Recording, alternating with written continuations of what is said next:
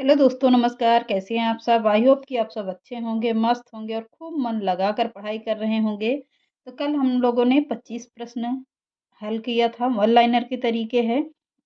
आज इसको नोट कर लीजिएगा। एक-एक प्रश्न इम्पोर्टेंट है। अगर यहाँ से आप लोगों के प्रश्न कॉम्पिटिशन में ना देखने को मिले परीक्षा में तब कहिएगा। पूरी गारंटी के साथ कह रहे हैं, यहाँ से 2-4 नंबर आप लोगों को ज़रूर लेकर जाइएगा। तो चलिए आज के सेशन को चालू करते हैं। आज के सेशन का पहला प्रश्न है, यानी कि कल के आधा 25 प्रश्न हो चुका है और 26वां प्रश्न है। और आज के सेशन का पहला प्रश्न है, तो आज के सेशन का पहला प्रश्न देखते हैं। तुलसीदास किससे समकालीन थे? तो तुलसीदास के बारे में कह रहा है कि किसके समकालीन थे?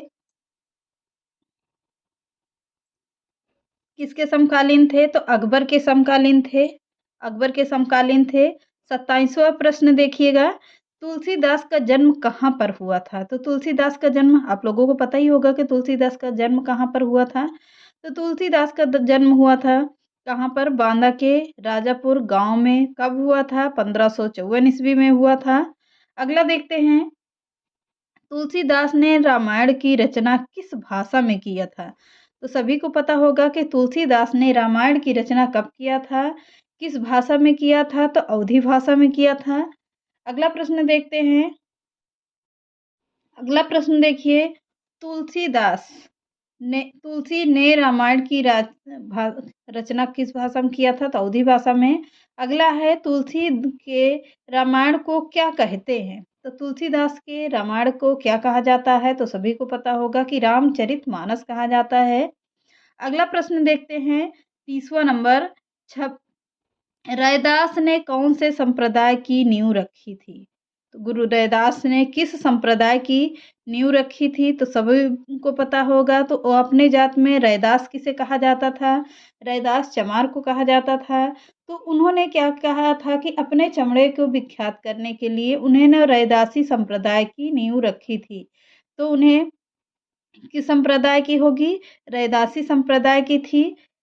तो अगला प्रश्न है, बहुत बड़ी इसमें कहानी भी है, तो आप लोगों को किसी दिन बताएँगे। कहे इन्होंने ही क्या कहा था? मन चंगा तो कठौती में गंगा। मन चंगा तो कठौती में गंगा। जिसके सोने का कंगन-वंगन मिला था इनको, किसमें? कठौती में ही इनके मिला था, जिसमें ये चमड़ा भिगोने का कार्य करते थे, यानी कि जूता बनाने का कार्य करते थे, उसी में चमड़ा भिगोते थे। तो उसी में इनको सोने का कंगन मिला था। तो बहुत बड़ी कहानी है, तो आप लोगों को वन लाइनर के तरीके हैं, इसको पहले उतना नहीं पूछा जाएगा। अगर पूरा टाइम होता तो और भी बढ़िया से पढ़ाते। तो इसी के आगे देखिए ना। रैदास किसके शिष्य थे? तो रैदास किसके शिष्य थे? रामानंद के शिष्य थे। कौन? रैदास जी। अगला प्रश्न है, भगवान श्री कृष्ण के किस भक्त ने रैदास को अपना गुरु बनाया था? तो वेरी इंपॉर्टेंट प्रश्न है। भगवान श्री कृष्ण के कौन से दास थे? मीराबाई। मीराबाई ऐसी शिष्य थी इनकी, किसकी? रै किसकी शिष्य थी? तो रैदास की शिष्य थी। और भक्त किसकी थी? तो सभी को पता होगा, कृष्ण की थी।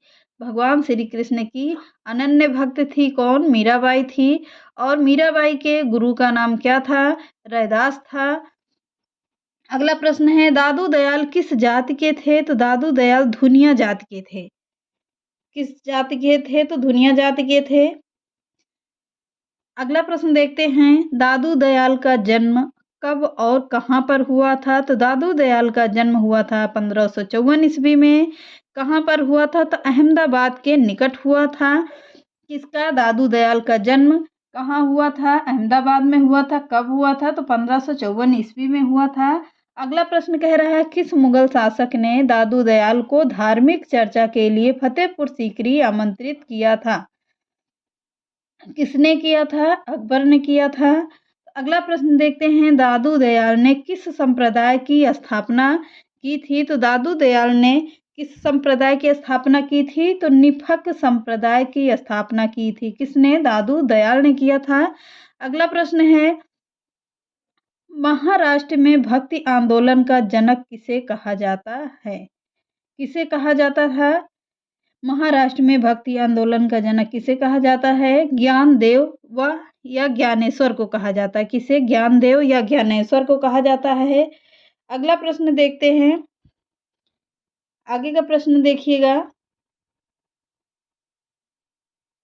अगला प्रश्न है, किसने वरकरी संप्रदाय की स्थापना किया था? तो किसने वरकरी संप्रदाय की स्थापना किया था? नामदेव ने किया था। किसने? नामदेव ने किया था। अगला प्रश्न देखते हैं, किसके आराध्य देव पाठरपुर के बिठोवा या विठ्ठल विष्णु रूप थे? किसको कहा जाता था? फिर से देखिएगा प्रश्न, किसके आराध्य देव पाठरपुर के बिठोवा या विठ्ठल विष्णु रूप थे? तो नामदेव के थे। किसके? नामदेव के थे। अगला प्रश्न 40वां प्रश्न देखिएगा, रामायण पर भावार्थ रामायण नाम का टीका किसने लिखा था? तो रामायण पर भावार्थ रामायण नाम की टीका किसने लिखा था? एकनाथ ने लिखा था। किसने? एकनाथ ने लिखा है। अगला प्रश्न है, किसकी भक्ति? किसकी भक्ति? 41वां प्रश्न देखिएगा, किसकी भक्ति कविताओं को अभंग कहा जाता है? किसकी भक्ति कविताओं को अभंग कहा जाता है? तो तुकाराम। गुरु कौन थे? तुकाराम थे। तुकाराम के भक्ति को अभंग कविता या भक्ति कहा जाता है। अगला प्रश्न है, शिवाजी के आध्यात्मिक गुरु कौन थे? तो शिवाजी के आध्यात्मिक गुरु कौन थे? रामदास थे। कौन होंगे? रामदास होंगे। अगला प्रश्न है, आदि शंकराचार्य द्वारा स्थापित मठ पीठ स्थान कहाँ पर है? पूछ रहा है। तो सभी को पता होगा, ज्योतिष पीठ बद्रीनाथ में है। कहाँ पर? बद्रीनाथ में है। गोवर्धन पीठ कहाँ पर है? तो गोवर्धन पीठ है पुरी उड़ीसा में है। अगला है, शारदा पीठ कहाँ पर है? तो शारदा पीठ है द्वारिका गुजरात में है। अगला पीठ कौन सा होगा? श्रृंगेरी पीठ है। तो श्रृंगेरी पीठ कहाँ पर है? मैसूर कर्नाटक में है। अगला प्रश्न देखिए, श्री संप्रदाय के जनक किसे कहा जाता है? 4 भक्ति संप्रदाय होंगे। कौन कौन सा है 4 भक्ति? श्री संप्रदाय रामानुजाचार्य थे। ब्रह्म संप्रदाय के कौन थे? मध्वाचार्य थे। रुद्र संप्रदाय के जनक कौन थे? विष्णु स्वामी थे। अगला प्रश्न है, वन लाइनर है, सनकादि संप्रदाय के जनक कौन थे? निम्बारकाचार्य थे। कौन? निम्बारकाचार्य थे। आगे देखते हैं। ये प्रश्न दूसरे से आएगा, फिर 1 से शुरू होगा। तो यह तार सप्तक से होगा।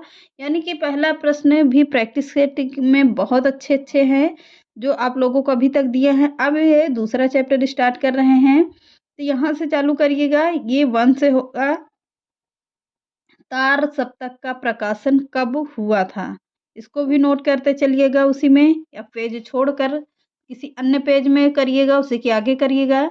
लेकिन तार सप्तक का प्रकाशन वर्ष कब हुआ? कब हुआ था तार सप्तक का प्रकाशन? उत्तर क्या होगा इसका? 1943 ईस्वी में। कब हुआ था? 1943 ईस्वी में हुआ था। अगला प्रश्न है, फूल नहीं रंग बोलते हैं किसकी कविता है? तो फूल नहीं रंग बोलते हैं किसकी कविता होगी? केदारनाथ अग्रवाल की है। अगला है, केदारनाथ अग्रवाल पर किस बहुचर्चित प्रगतिवादी कवि ने कविता लिखा है? तो केदारनाथ अग्रवाल पर किस बहुचर्चित प्रगतिवादी कवि के कविता लिखा है? नागार्जुन के। किसके? नागार्जुन के लिखा है। अगला प्रश्न देखते हैं, प्रवासी के गीत रचना कार्य रचना किस सन में प्रकाशित है? प्रवासी के गीत रचना किस सन में प्रकाशित है? तो नरेंद्र शर्मा का है। और कब हुआ था? तो 1939 में। लिखा किसने है? नरेंद्र शर्मा ने लिखा है। और कब हुआ था? 1939 ईस्वी में हुआ था। अगला प्रश्न देखते हैं, मेरा बस चलता मैं बन जाता कौमार्य। मेरा बस चलता तो मैं बन जाता कौमार्य, तुम्हारा पंक्ति किसकी है? बहुत ही अच्छी पंक्ति है किसकी यह? यह है रामेश्वर शुक्ल अंचल की, जिसे कहा जाता है अंचल। अंचल इनका उपनाम होगा, पर पूरा नाम क्या होगा? रामेश्वर शुक्ल अंचल। अगला प्रश्न देखते हैं, आज के बिछुड़े न जाने कब मिलेंगे किस युग में लिखी गई यह पंक्ति? नरेंद्र शर्मा की है। किसकी है? आज के बिछड़े न जाने कब मिलेंगे किस युग में लिखी गई पंक्ति है? उत्तर कब होगा? नरेंद्र शर्मा का है। और कब लिखा गया था? छायावादी या छायो छायावादोत्तर में है।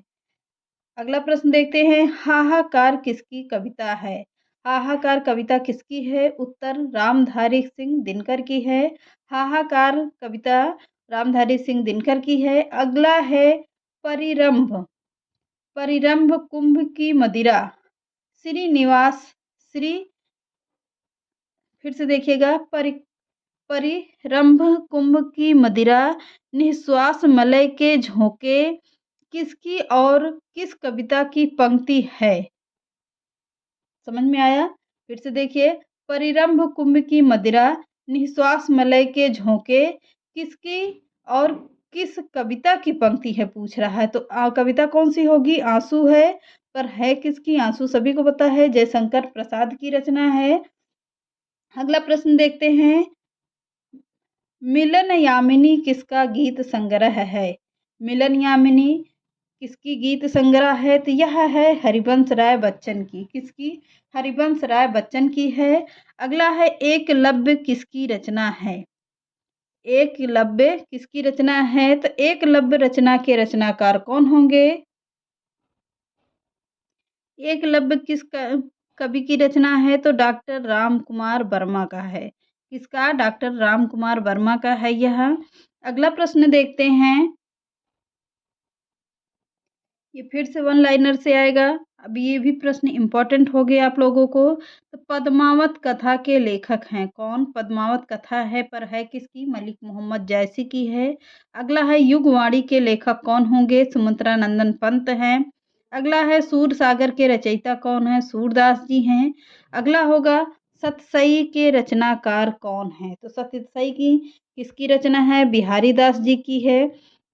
अगला है प्रिय प्रवास के लेखक कौन है? तो प्रिय प्रवास सभी को पता है, अयोध्या सिंह उपाध्याय हरिऔध की है। किसकी? हरिऔध जी की है। अगला प्रश्न देखते हैं, यशोधरा पुस्तक।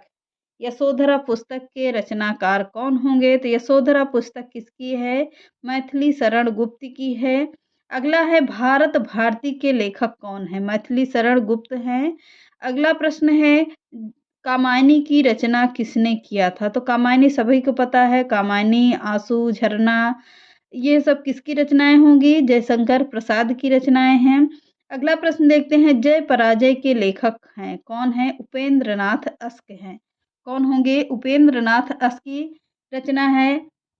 अगला है संक्रांता चंद्रकांता संतति किसकी रचना है? देवकी नंदन खत्री की है। बहुत ही इंपॉर्टेंट रचना है ये, पूछा जा सकता है। तो किसकी होगी? देवकी नंदन खत्री की है। अगला है गोदान एवं गबन। गोदान गबन प्रसिद्ध पुस्तक के लेखक कौन होंगे? यह है मुंशी प्रेमचंद्र की रचना है। अगला है गोरा प्रसिद्ध रचना है। किसकी? गोरा प्रसिद्ध रचना है पर है किसकी? रविंद्रनाथ टैगोर की रचना है। अगला है मृगनयनी के लेखक कौन है? तो मृगनयनी किसकी रचना है? वृंदावन लाल वर्मा की है। अगला है भारत दुर्दशा के रचनाकार कौन होंगे? तो भारत दुर्दशा किसकी है? भारतेंदु हरिश्चंद्र जी की है। अगला है मैला आंचल। तो मैला आंचल बहुत इंपॉर्टेंट रचना है पर है किसकी? फणीश्वर नाथ रेणु की रचना है। अगला प्रश्न देखिएगा 16वां नंबर, तो गढ़ देवता। गढ़ देवता रचना किसकी है? तारा शंकर बंदोपाध्याय की है। किसकी? गढ़ देवता किसकी रचना होगी? तारा शंकर बंदोपाध्याय की है। अगला है, बहुत ही इम्पोर्टेंट रचना होंगे सभी। तो चलिए आज इतना ही रखते हैं, मिलते हैं नेक्स्ट क्लास में। चैनल पसंद आए तो लाइक सब्सक्राइब एंड शेयर कर दीजिएगा। इसके आगे नोट जरूर कर लीजिएगा। सारे प्रश्न बहुत ही अच्छे अच्छे प्रश्न हैं, यहाँ से 5-6 नंबर जरूर बन जाएंगे आप लोगों को। तो चलिए आज के सेशन को यहीं समाप्त करते हैं। नमस्कार।